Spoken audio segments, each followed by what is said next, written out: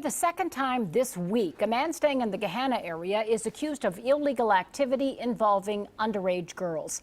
NBC4's Dan Perlman is in Gahanna tonight with more on allegations another man is facing tonight. Dan?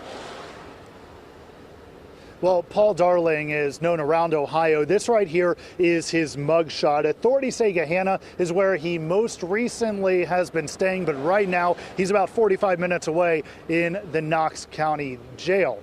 The sheriff's office there tells us that Darling was online and on his phone asking what he thought was an underage girl to engage in sexual activity. As it turns out, I'm told he was never talking to the girl. Instead, it was a deputy, and he was arrested for importuning when he showed up for a prearranged meeting. So now, like you said, this week alone, 2 men have been arrested for possible crimes against children that were, of course, sexual in nature. The first was Jonathan Walters. As for Darling, he is expected to be back in court later this month. For now, we are live in Gahanna. Dan Perlman, NBC4.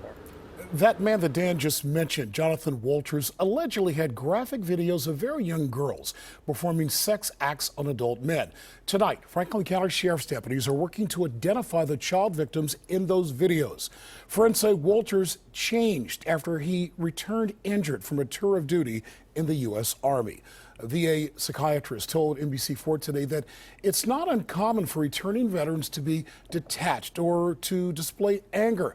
But they did say that PTSD would not likely explain getting involved in child pornography.